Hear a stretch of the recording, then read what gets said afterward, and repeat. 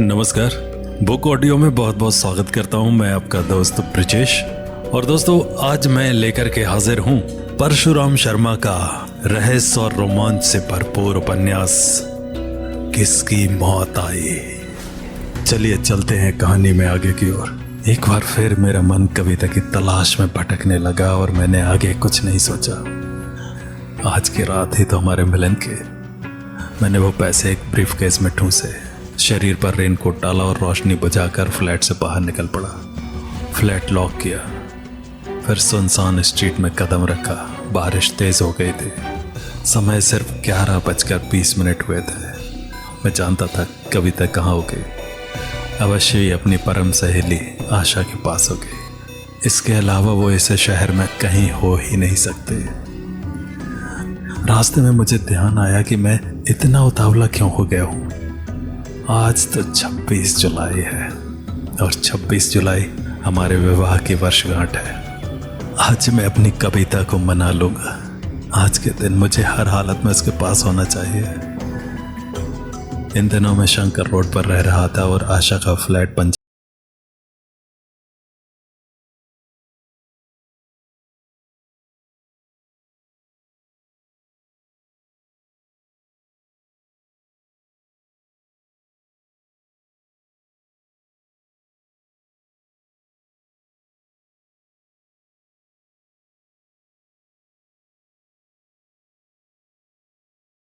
बजती रही। 1 मिनट बाद ही अंदर रोशनी जली। किसी की पद चापें दरवाजे तक आई। फिर जोर से किसी ने पूछा, कौन? ये आशा की आवाज थी। वो मुझे अच्छी तरह पहचानती थी। अपनी छुट्टी का दिन वो अधिकतर हमारे साथ ही गुजारती थी। वो एक नर्सरी स्कूल चलाती थी और अविवाहित थी। अजीब लड़की थी। 27वां वर्ष लगा था पर विवाह करने का कोई इरादा नहीं था। इसे वो जिंदगी को कैद करने वाला पिंजरा समझती थी। मैं उसे कभी नहीं समझ पाया कि वो अकेली क्यों रहना चाहती थी। मैं हूं रमेश वर्मा, मैंने कहा। बाहर की रोशनी जली। उसने कहीं से मुझे देखा, फिर दरवाजा खोल दिया। Hi Ramesh, how are you? Fine Asha dear. हमेशा की तरह उसने हाथ बढ़ाया। मैंने ताज़ा दम होकर उससे हाथ मिलाया। कम इन। वो मेरा हाथ पकड़कर बोली, आशा इस वक्त मैं जल्दी में हूँ। मैं कविता से मिलना चाहता हूँ। I know everything, you both are silly, I can't understood. अरे आओ तो, तुम बारिश में आ रहे हो। वो मुझे खींच कर अंदर ले गई। कौन है बेटी? बुढ़िया ने खांसते हुए पूछा। मोहम्मद तुम सोए रहो, हमारा फ्रेंड है। आशा ने मुझे ड्राइंग रूम में बिठा दिया। कविता की मौजूदगी के चिन्ह नजर नहीं आ रहे थे। मेरी बेताबियां बढ़ती जा रही थी। इधर बैठो, मैं कॉफ़ी बनाती हूँ, वो बोली। नहीं आशा, ये तकल्लुफ़ का वक्त नहीं है। कविता कहाँ है? मुझे उससे मिलना है 12 बजे से पहले। मैं समझ गई, आज 26 जुलाई है ना। अभी 15 रोज़ पहले कविता ने राजौरी गार्डन में बंगला लिया है। आज की रात में जोर नहीं दूंगी, लेकिन कॉफ़ी? Asha please. फिर कभी मैं उठ खड़ा हुआ। क्या नंबर है बंगले का? 20J। अकेली रहती है? अभी तक तो अकेली है, आशा ने गंभीर स्वर में कहा। फिर मेरा कंधा थपथपाया। Wish you good luck. Thank you Asha. मैं फ्लैट से बाहर निकला। Good night Asha. Good night. और एक बार फिर मैं अंधकार में गुम हो गया। राजौरी गार्डन 20J के बाहर में खामोश खड़ा था। बारिश के छींटों से बचने के लिए मैं दीवार से सट कर खड़ा था। मैं आगे बढ़ने की तैयारी कर रहा था। इस खूबसूरत बंगले के बाहर कविता का नाम अंकित था। बंगले का नाम भी कविता पैलेस था। मेरे दिल की धड़कनें बढ़ गई थी। मैं सोच रहा था कविता ने इतना सुंदर बंगला कैसे खरीद लिया, या वो किराए पर रहती है। कदम उठाना ही चाहता था कि रुक गया। बंगले की एक रोशन खिड़की पर निगाह पड़ी। किसी ने खिड़की का सफेद झीना पर्दा हटाया था। वो कविता ही थी, जाग रही थी। शायद ऐसी ही बेचैनियां उसके दिलों में करवट ले रही थी। शायद विवाह वर्षगांठ की याद ने उसे तमाम रात एक कश्मकश में गुजरने के लिए विवश कर दिया था। वो खिड़की का एक पट खींच चुकी थी।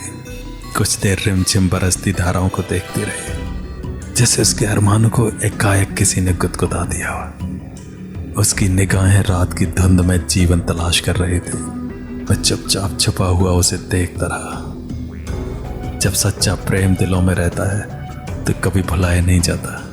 क्या पता वो हर रोज इसी तरह मेरा इंतजार करती हो। मैं वहीं से चिल्लाकर कहने वाला था, कविता मैं आ गया हूं, लेकिन सासा में स्तब्ध हो गया। एक बारगी के लिए जैसे मेरी आंखों में अंधेरा छा जाने को था, पर वो अंधेरा क्षणिक था। मैंने आंख मल कर देखा, खिड़की बंद हो चुकी थी। अब वहां पारदर्शी शीशे की रोशन छाया में कविता अकेली नहीं खड़ी थी, कोई पुरुष भी था और उसने कविता को बाहों में खींच लिया था। वो दो छाया एक दूसरे का चुंबन ले रही थी।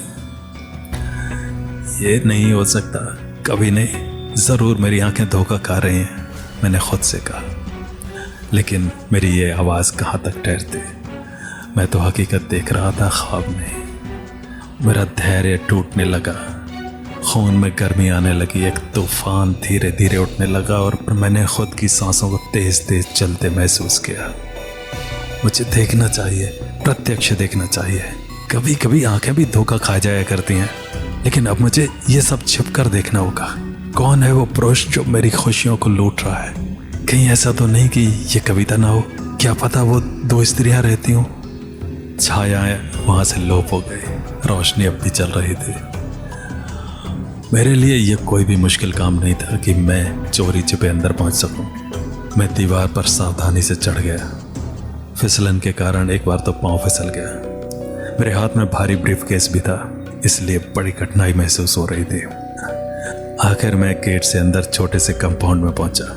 एक दूसरी दीवार बराबर में खड़ी थी, जो बराबर वाले आधे बन चुके बंगले की थी। उससे मैं बालकनी की रेलिंग पकड़ सकता था। फिर वहां से छत पर पहुंचना जरा भी कठिन न था। मैंने ऐसा ही किया। बारिश के शोर में छोटी छोटी आहटें कौन सुनता। आखिर मैं बालकनी में जा पहुंचा। उसके बाद छत पर चढ़ गया। छत से अंदर जाने का रास्ता था। हालांकि वहां भी दरवाजा था, पर उसे खोलना कठिन नहीं था। मैंने एक साइड से अंदर हाथ डाला और उसे खोल दिया। अब मैं बड़ी खामोशी से चोरों की तरह सीढ़ियों पर उतर रहा था, एक के बाद एक, बड़ी सावधानी के साथ। एक कमरे को छोड़कर बाकी सारे बंगले में अंधेरा था। अचानक कोई वस्तु मेरे पांव से टकराई, आवाज हुई। अंधेरे में दुबक कर मैंने बिल्ली की तरह म्याऊं की आवाज निकाली। पर्दा हिला था, पर अब उसी प्रकार झूल रहा था। मैं दबे कदम आगे बढ़ा, सांसें रोककर। उस कमरे से धीमी धीमी आवाजें आ रही थी। जब मैं निकट पहुंचा तो आवाजें साफ हो गई। अचानक स्त्री कंठ की हंसी सुनाई पड़ी थी।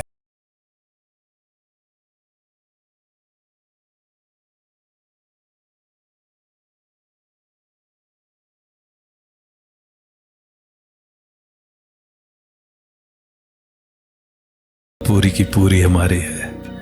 मेरी शादी की वर्षगांठ है आज। आज से हम दोनों का जीवन शुरू होता है। आज सुहाग रात है। कविता फिर हंस पड़ी। मैंने तुमसे कहा था ना, मेरा पति बहुत काम का आदमी है। उसके अंदर बड़ी से बड़ी समस्या सुलझाने की बुद्धि है। उसने कितनी आसानी से तुम्हारा काम कर दिया। सौदा बुरा नहीं रहा। एक तीर से दो शिकार। मुझे से छुटकारा और तुम्हें पंडित हरिभजन से मुक्ति। पुरुष हंसी गूंजी। कभी डार्लिंग, 2-3 रोज में तुम्हारा वो पति न्यूयॉर्क जा रहा है। तुम्हें तलाक की कार्रवाई भी नहीं करनी पड़ेगी। उसके जाते ही हम शादी कर लेंगे। मैंने 2 चीजों की पूरी कीमत उसे दे दी, पर है बड़ा सुलझा आदमी। मैं यकीन नहीं कर सकता। मैंने तो सोचा था कि वो खून के इल्जाम में सजा पा जाएगा और बाकी पैसा देने का मुझे मौका ही नहीं मिलेगा, लेकिन कमबख्त ने कानून को ही अंगूठा दिखा दिया। मेरे पांव कांपने लगे। ये तो मेरे आसामी की आवाज थी। अब तो सचमुच मेरी आंखों के सामने अंधेरा छाने लगा था। मुझे पूरा बंगला चकराता महसूस हो रहा था।